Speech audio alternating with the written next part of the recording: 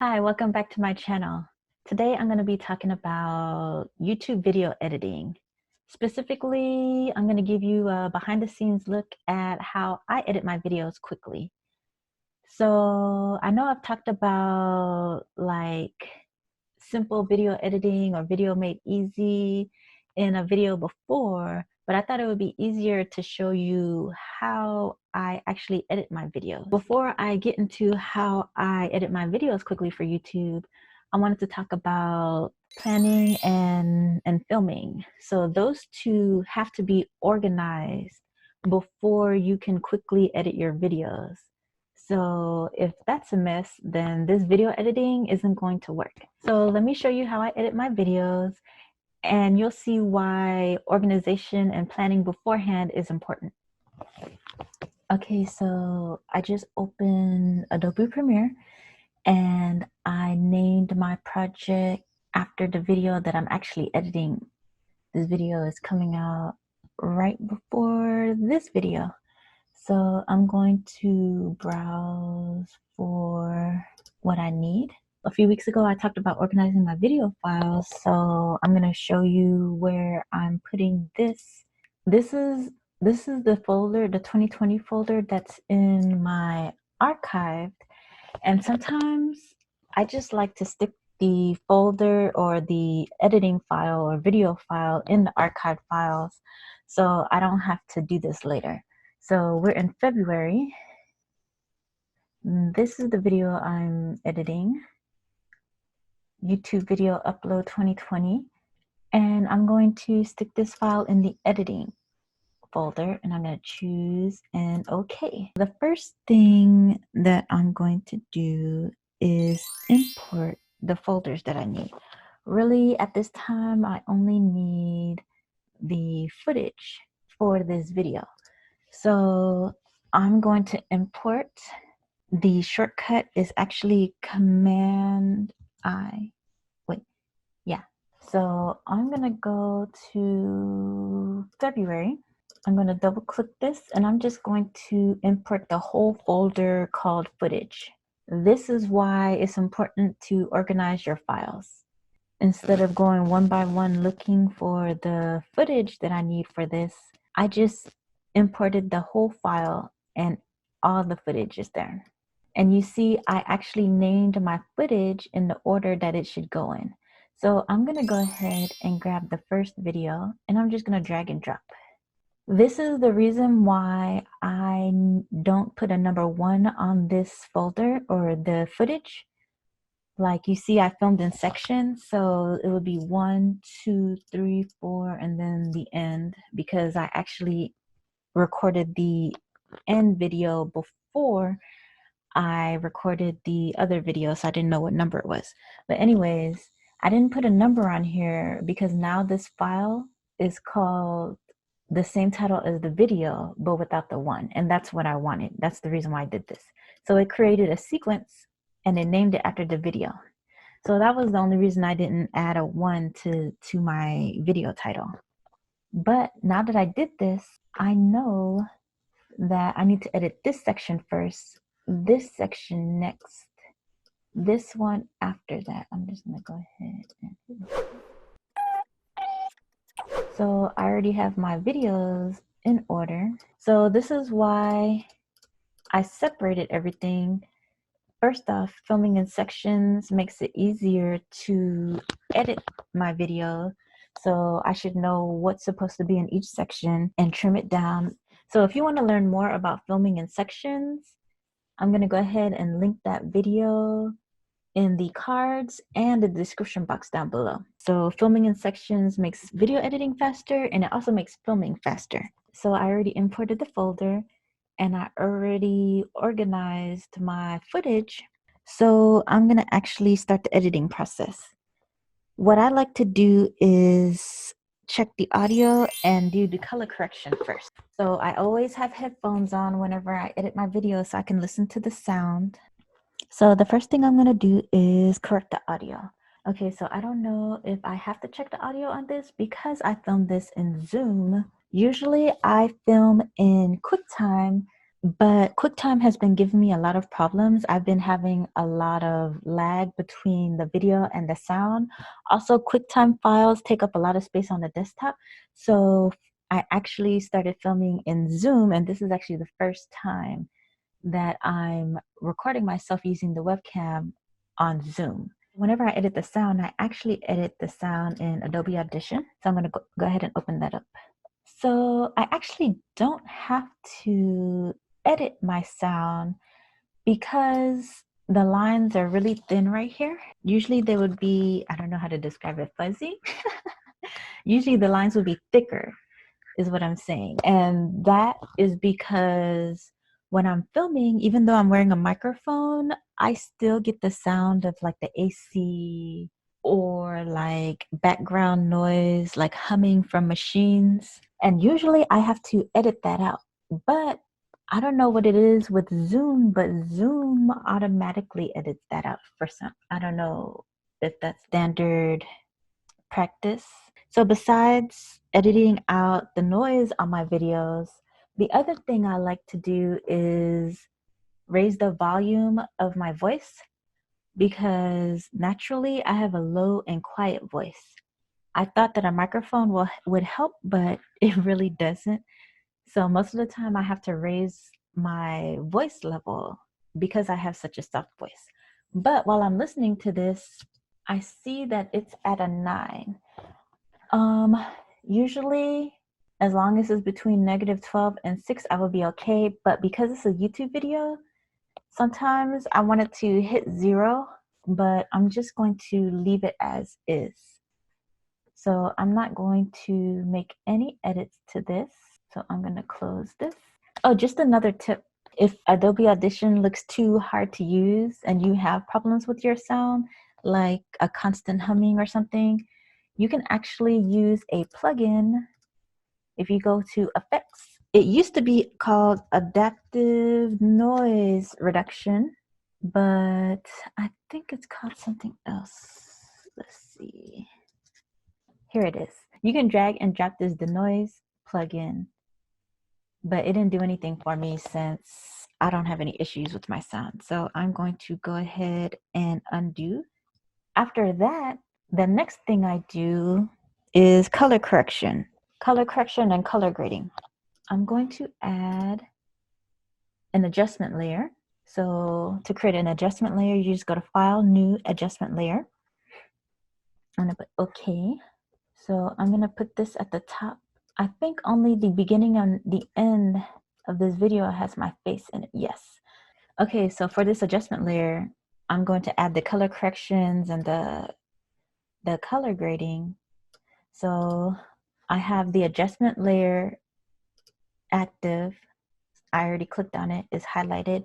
I'm going to go to color. You see color at the top of the editing software. So color. So this is what my raw footage looks like. And you can actually change the temperature, change exposure. So I actually created my own style for my videos, you know, as part of my branding.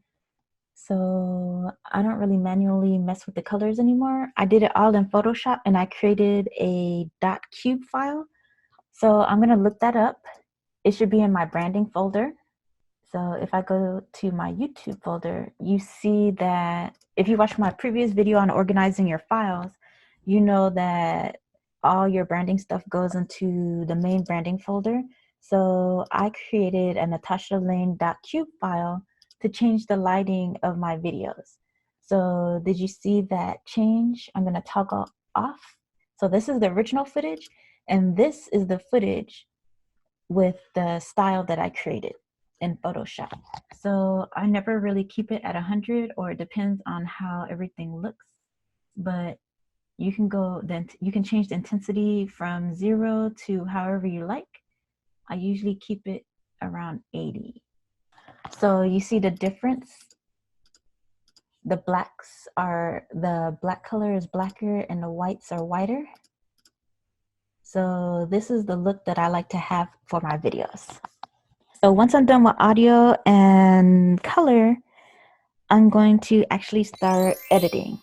At the beginning of my footage, in the first section, I always pose for my thumbnail. So I'm gonna go ahead and grab pictures from this footage so that I can keep them for later. So here's the first one, and I'm just gonna export frame. Let me go ahead and browse for the file that I want. I always stick this in the video folder under Final, under Images. So choose. Okay.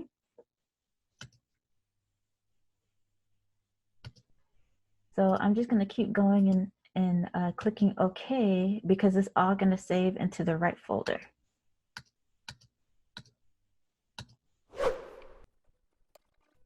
So now that I finished going through the thumbnails, I'm going to start editing the footage. I see I clapped here, so I'm actually going to cut. So I'm going to press the C on the keyboard, which is for cut. Then I'm going to press V to go back to the pointer, the selection tool. But I see I clapped again here. So I'm going to hit C again to cut. That's the beginning of the film. But I'm going to check again to see if I messed up because I mess up so many times. So I'm going to see if I clapped again somewhere else. A clap. Yep, this is already the beginning again. So you see how for a whole 4 minutes, I could have wasted my time watching the whole video. But because I clap every time I make a mistake, I know that I can just go ahead and delete this. So I'm going to hit B, go back to the pointer, select all these files and delete. So I'm going to keep doing this for all the footage. So this is why I have my clients clap every time they make a mistake in their footage, because you see how it saved me 4 minutes of time editing videos. So if you're having the same issues, like if you're making a lot of mistakes in your videos, then make sure to clap every time you have to start over so that whenever you're editing, you can just skip all those parts whenever you scrub through your video. So I'm going to keep doing this for the rest of the sections. So I've gotten this far so far. I wanted to give you a tip. These files were actually videos without my face showing. They're just tutorials on how to use this, how to upload your video to YouTube. But I need to go back and edit this last footage now. I just want to show you that I want to use this same adjustment layer to correct the color on this footage. So I'm going to press the Option key on my keyboard, and I'm going to drag this over here, and you see it made a copy. So that's an easy way to make a duplicate of something if you're using any Adobe program. It can be Photoshop, Illustrator. You just hit the Option key on your Mac. I think it's the Alt key on the PC. So you hit Option or Alt and then drag it, and it makes a duplicate. So I'm just going to get back to editing again. Because I add graphics and text to my videos, I already know when I'm going to do that whenever I edit my videos. Like right here, it says that I have a pro tip. So I'm actually going to add a marker. That's just a little tab thing, bookmark looking icon, and it says add marker. So you can hit M on the keyboard or click this icon. So you see this green bookmark icon right here. So I'm going to double click it, and I'm going to add pro tip. I didn't show you this earlier while I was editing because I was too busy editing, but I did it every time. Like this is step 7. This one is step 6. So every time I know that I need to add a graphic, I'll go ahead and bookmark it so I don't have to look for it later. So now when I add graphics, I can go back and add it at that point because I always edit out all the mistakes before I add anything extra to my videos. So I'm going to go ahead and keep editing. So I just finished editing out all the bloopers. You can see that I mostly use jump cuts. I didn't really use any transitions. For YouTube videos, especially talking videos, jump cuts are probably your best friend whenever it comes to editing. If you're doing like lifestyle videos, like beauty videos, or if you're doing something where there's a time lapse, then transitions would probably be good for you. But if you're just talking, then you're probably using jump cuts. Since I'm done editing this footage, I'm gonna start adding extra stuff. One thing that I always do is I always add a transition to the beginning of my videos. I always add a dissolve, a cross dissolve. Next, if I have any B-roll footage, I'm gonna add that to this video, but I don't have any B-roll footage. Just like I did with these markers, if I did have a B-roll footage, I would have marked it. And just so you know, you can change the colors of the markers. So if you knew that you wanted to always have, if you knew you had a lot of B-roll footage, you can actually change the color of the marker to a different color to mark all your B-roll footage. But these are all graphics for me. If you have background music, this is the time to add it. Usually I have an intro and an outro. I would usually add those. I would add the intro in the beginning and the outro at the end. Actually, let me show you one of recent projects that I did. I'm gonna go ahead and do the how to organize your files so you can edit your videos faster. If you look at this, you actually see, oh, I actually don't have a intro. I stopped doing the intro, but I do have an outro. So here's the outro. So if I was creating this outro, I would have added the music, the graphic, the TV graphic, and this end screen graphic that I have. But I'm actually not going to add that. But I will add these text graphics. So just so you know, I have a sound effect. So I'm going to be lazy and I'm going to copy and paste this to my other video file. So on this first marker, I'm going to paste it.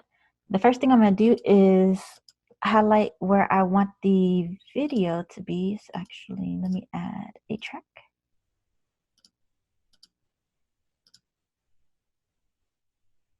So now I'm going to paste it. So I highlighted these so that it wouldn't accidentally erase what I edited. So I'm going to unlink this. I'm going to double click on this and then I'm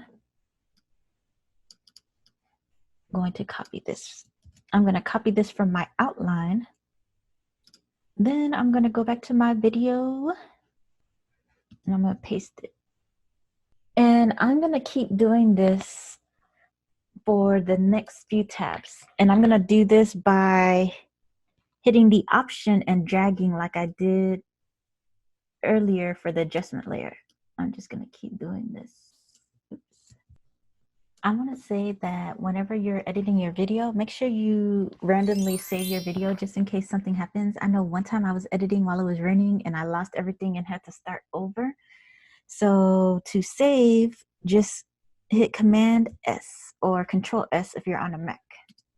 Okay, so I just finished editing the video. I think that's everything that I need. So I'm going to save the video. Then I'm going to render my project. I'm going to go to Sequence up at the top. Then I'm going to go to Render Entire Work Area. This is probably going to take 50 million years because this was a long video. Okay, so I just finished rendering the video. So I'm going to save the video again. I do that just in case something happens and I don't have to render it over again, because it takes 50 million years to render this video, especially since it's so long. I think it's almost 15 minutes long.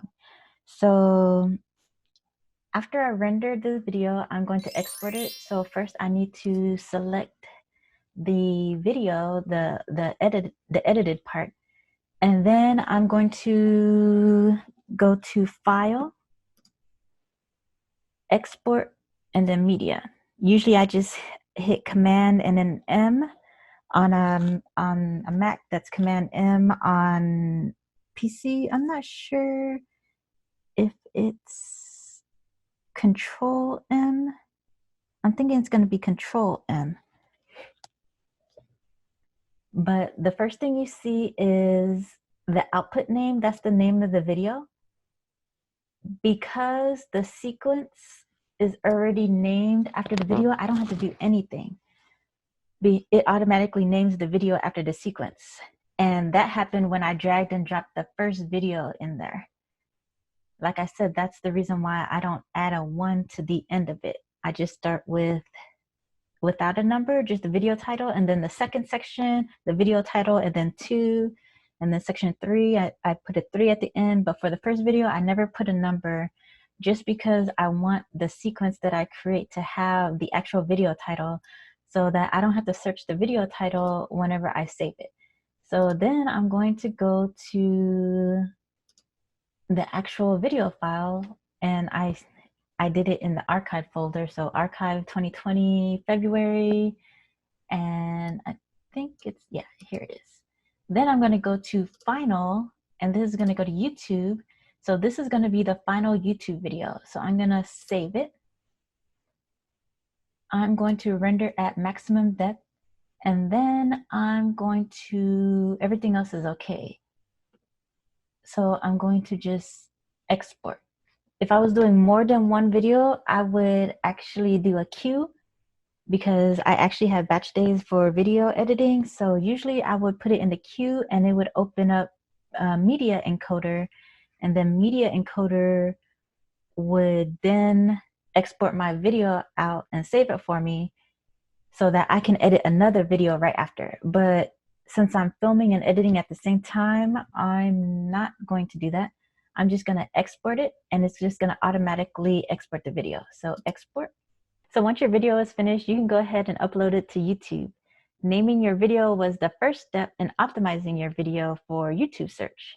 So if you want to know more tips on how to optimize your video whenever you're uploading it, go ahead and watch last week's video. I think it was called like YouTube SEO, everything you need to know to optimize your video, or something like that. You can find it in the cards above, and I'll also link it in the description box down below. If this video was helpful for you, go ahead and hit the notification bell, because next week I'm going to show you how to start a YouTube channel. So it's going to be called It's Not Too Late, How to Start a YouTube Channel 2020. So you can check that out next week. If you want to learn more about branding and video creation, you can check out these 2 videos over here. Until next week, bye.